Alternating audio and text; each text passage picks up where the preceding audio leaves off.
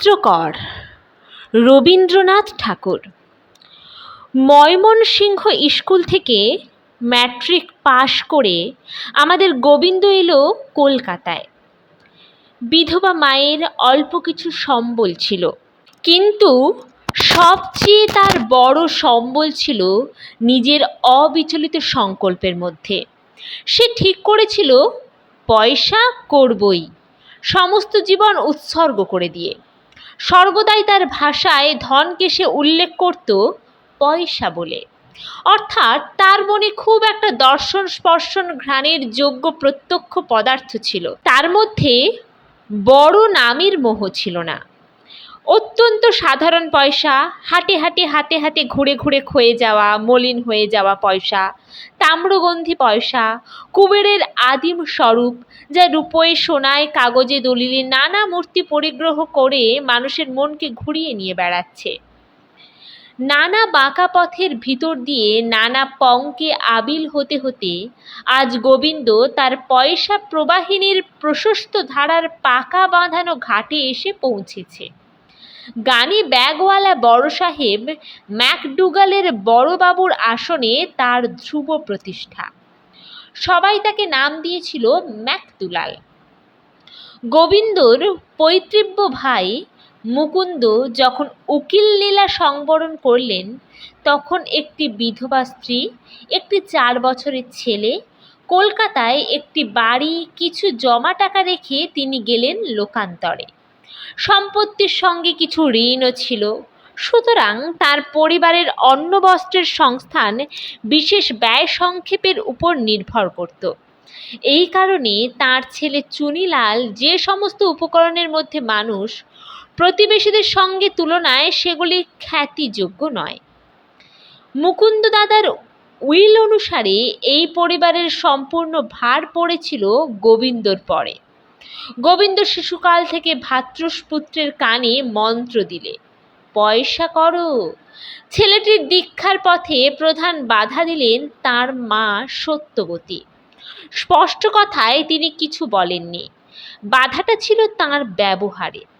শিশুকাল থেকেই তাঁর বাতিক ছিল শিল্প কাজে, ফুল ফল পাতা নিয়ে, খাবারের জিনিস নিয়ে, কাগজ কেটে, কাপড় কেটে, মাটি দিয়ে, ময়দা দিয়ে, জামের রস, ফলসার রস, জবার রস, শিউলি বোঁটার রস দিয়ে নানা অভূতপূর্ব অনাবশ্যক জিনিস রচনায় তাঁর আগ্রহের অন্ত ছিল না। এতে তাঁকে দুঃখও পেতে হয়েছে, কেননা যা অদরকারি, যা অকারণ, তার বেগ আষাঢ়ের আকস্মিক বন্যাধারার মতো। সচলতা অত্যন্ত বেশি, কিন্তু দরকারি কাজের খেয়া বাইবার পক্ষে অচল। মাঝে মাঝে এমনও হয়েছে জ্ঞাতি বাড়িতে নিমন্ত্রণ, সত্যবতী ভুলেই গেছেন, শোবার ঘরে দরজা বন্ধ, একতাল মাটি চটকে বেলা কাটছে। জ্ঞাতিরা বললে, বড় অহংকার। সন্তোষজনক জবাব দেবার জো নেই। এসব কাজেও ভালো মন্দর যে মূল্য বিচার চলে, সেটা বই পড়া বিদ্যার যোগেই মুকুন্দ জানতেন। আর্ট শব্দটার মাহাত্ম্যে শরীর রোমাঞ্চিত হতো, কিন্তু তাঁর আপন গৃহিণীর হাতের কাজেও যে এই শব্দটার কোনো স্থান আছে, এমন কথা মনে করতেই পারতেন না। এই মানুষটির স্বভাবটিতে কোথাও কাঁটা খোঁচা ছিল না। তাঁর স্ত্রী অনাবশ্যক খেয়ালে অযথা সময় নষ্ট করেন, এটা দেখে তাঁর হাসি পেত। সে হাসি স্নেহ রসে ভরা। এ নিয়ে সংসারের লোক কেউ যদি কটাক্ষ করত, তিনি তখনই তার প্রতিবাদ করতেন। মুকুন্দর স্বভাবে অদ্ভুত একটা আত্মবিরোধ ছিল। ওকালতির কাজে ছিলেন প্রবীণ, কিন্তু ঘরের কাজে বিষয়বুদ্ধি ছিল না বললেই হয়। পয়সা তাঁর কাজের মধ্যে দিয়ে যথেষ্ট বইত, কিন্তু ধ্যানের মধ্যে আটকা পড়ত না। সেই জন্য মনটা ছিল মুক্ত। অনুগত লোকদের পরে নিজের ইচ্ছে চালাবার জন্যে কখনো দৌরাত্ম্য করতে পারতেন না। জীবনযাত্রার অভ্যাস ছিল খুব সাদাসিধা। নিজের স্বার্থ বা সেবা নিয়ে পরিজনদের পরে কোনো দিন অযথা দাবি করেননি। সংসারের লোকে সত্যবতীর কাজে শৈথিল্য নিয়ে কটাক্ষ করলে মুকুন্দ তখনই সেটা থামিয়ে দিতেন। মাঝে মাঝে আদালত থেকে ফেরবার পথে রাধা বাজার থেকে কিছু রঙিন রেশম রঙের পেন্সিল কিনে এনে সত্যবতীর অজ্ঞাতসারে তার শোবার ঘরে কাঠের সিন্ধুকটার পরে সাজিয়ে রেখে আসতেন। কোনোদিন বা সত্যবতীর আঁকা একটা ছবি তুলে নিয়ে বলতেন, বাহ, এ তো বড় সুন্দর হয়েছে।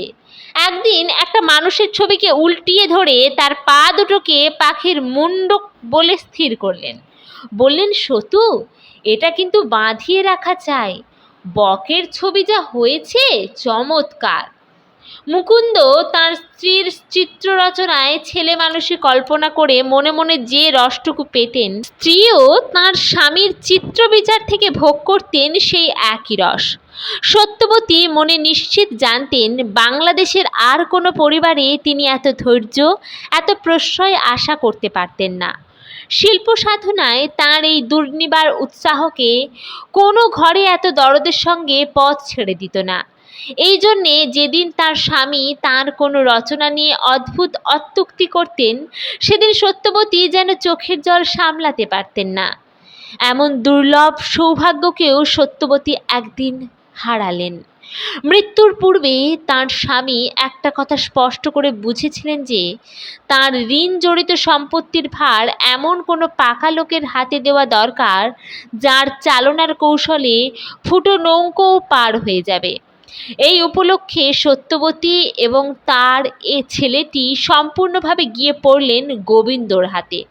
গোবিন্দ প্রথম দিন থেকেই জানিয়ে দিলেন, সর্বাগ্রে এবং সকলের উপরে পয়সা। গোবিন্দর এই উপদেশের মধ্যে এমন একটা সুগভীর হীনতা ছিল যে সত্যবতী লজ্জায় কুণ্ঠিত হতো। তবু নানা আকারে আহারে ব্যবহারে পয়সার সাধনা চলত।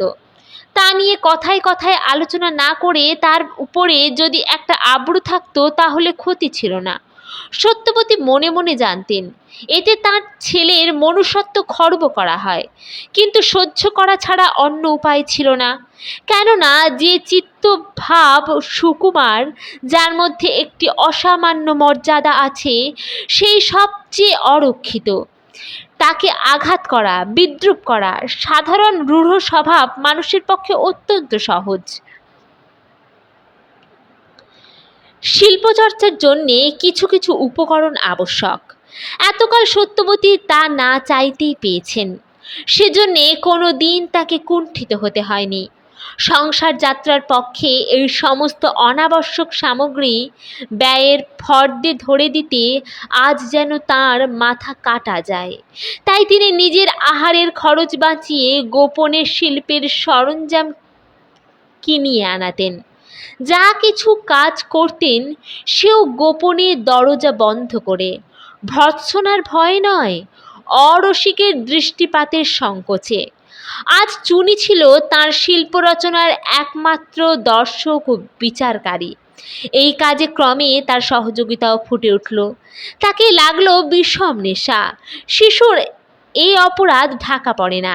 খাতার পাতাগুলো অতিক্রম করে দেয়ালের গায়ে পর্যন্ত প্রকাশ হতে থাকে। হাতে মুখে জামায় হাতায় কলঙ্ক ধরা পড়ে। পয়সা সাধনার বিরুদ্ধে ইন্দ্রদেব শিশুর চিত্তকেও প্রলুব্ধ করতে ছাড়েন না। খুড়োর হাতে অনেক দুঃখ তাকে পেতে হলো। একদিকে শাসন যতই বাড়তে চলল, আরেকদিকে মা তাকে ততই অপরাধের সহায়তা করতে লাগলেন। আপিসের বড় সাহেব মাঝে মাঝে আপিসের বড়বাবুকে নিয়ে আপন কাজে মফস্বলে যেতেন। সেই সময়ে মাইতে ছেলেতে মিলে অবাধ আনন্দ। একেবারে ছেলে মানুষের এক শেষ। যেসব জন্তুর মূর্তি হতো, বিধাতা এখনো তাদের সৃষ্টি করেননি। বেড়ালের ছাঁচের সঙ্গে কুকুরের ছাঁচ যেত মিলে, এমনকি মাছের সঙ্গে পাখির প্রভেদ ধরা কঠিন হতো। এই সমস্ত সৃষ্টিকার্য রক্ষা করবার উপায় ছিল না। বড়বাবু ফিরে আসবার পূর্বেই এদের চিহ্ন লোপ করতে হতো। এই দুজনের সৃষ্টিলীলায় ব্রহ্মা এবং রুদ্রই ছিলেন। মাঝখানে বিষ্ণুর আগমন হলো না। শিল্প রচনা বায়ুর প্রকোপ সত্যবতীদের বংশে প্রবল ছিল।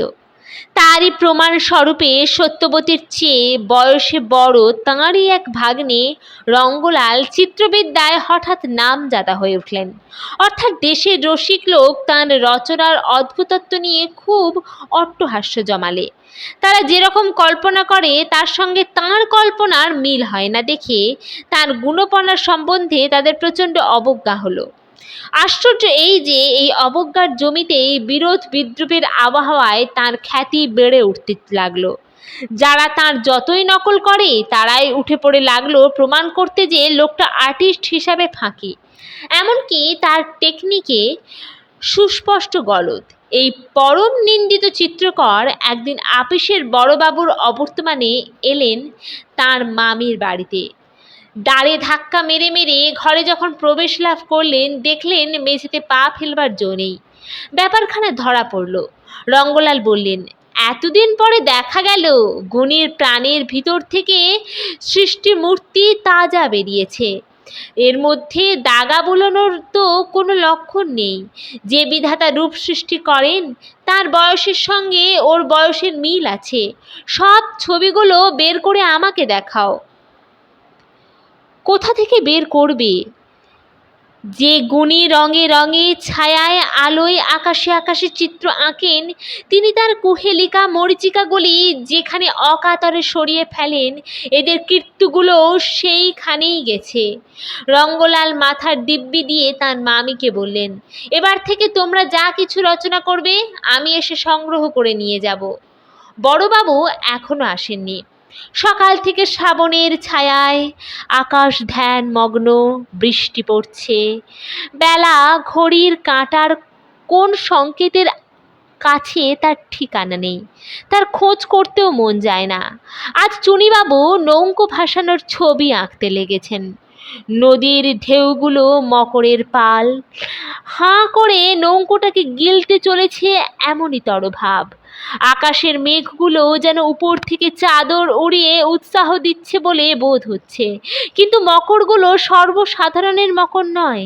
আর মেঘগুলোকে ধূম জ্যোতি সলিল মরুতাং সন্নিবেশ বললে অত্যুক্তি করা হবে। এ কথাও সত্যের অনুরোধে বলা উচিত যে এই রকমের নৌকো যদি গড়া হয় তাহলে ইন্স্যুরেন্স আপিস কিছুতেই তার দায়িত্ব নিতে রাজি হবে না। চলল রচনা, আকাশের চিত্র যা খুশি তাই করছেন, আর ঘরের মধ্যে ওই মস্ত চোখ মেলা ছেলেটিও তথৈবচ। এদের খেয়াল ছিল না যে দরজা খোলা। বড়বাবু এলেন, গর্জন করে উঠলেন, কি হচ্ছে রে? ছেলেটার বুক কেঁপে উঠল, মুখ হলো ফ্যাকাশে। ছবি কোথায় লুকোবে তার জায়গা পায় না। বড়বাবু স্পষ্ট বুঝতে পারলেন পরীক্ষায় চুনিলালের ইতিহাসে তারিখ ভুল হচ্ছে, তার কারণটা কোথায়। ইতিমধ্যে চুনিলাল ছবিটাকে তার জামার মধ্যে লুকোবার ব্যর্থ প্রয়াস করাতে অপরাধ আরও প্রকাশমান হয়ে উঠল। টেনে নিয়ে গোবিন্দ যা দেখলেন তাতে তিনি আরও অবাক। এটা ব্যাপারখানা কি? এর চেয়ে যে ইতিহাসের তারিখ ভুলও ভালো। ছবিটা কুটি কুটি করে ছিঁড়ে ফেললেন। চুনিলাল ফুঁপিয়ে ফুঁপিয়ে কেঁদে উঠল। সত্যবতী একাদশীর দিন প্রায় ঠাকুর ঘরেই কাটাতেন। সেইখান থেকে ছেলের কান্না শুনে ছুটে এলেন। ছবির ছিন্ন খণ্ডগুলো মেঝের উপর লুটোচ্ছে আর মেঝের উপর লুটোচ্ছে চুনিলাল।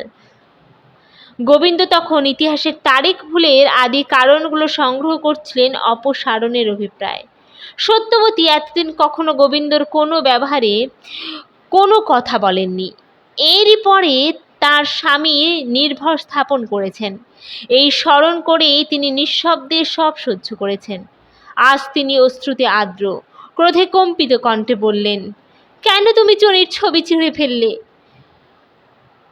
গোবিন্দ বললেন, পড়াশোনা করবে না? আখেরে ওর হবে কি? সত্যবতী বললেন, আখেরে ও যদি পথের ভিক্ষুক হয় সেও ভালো, কিন্তু কোনোদিন তোমার মতো যেন না হয়। ভগবান ওকে যে সম্পদ দিয়েছেন তারই গৌরব যেন তোমার পয়সার গর্বের চেয়ে বেশি হয়। এই ওর প্রতি আমার মায়ের আশীর্বাদ। গোবিন্দ বললেন, আমার দায়িত্ব আমি ছাড়তে পারবো না, এ চলবে না কিছুতেই। আমি কালই ওকে বোর্ডিং স্কুলে পাঠিয়ে দেব, নইলে তুমি ওর সর্বনাশ করবে। বড়বাবু আপিসে গেলেন। ঘন বৃষ্টি নামলো, রাস্তা জলে ভেসে যাচ্ছে। সত্যবতী চুনির হাত ধরে বললেন, চল বাবা। চুনি বললে, কোথায় যাবে মা? এখান থেকে বেরিয়ে যাই। রঙ্গলালের দরজায় 1 হাঁটু জল। সত্যবতী চুনিলালকে নিয়ে তার ঘরে ঢুকলেন।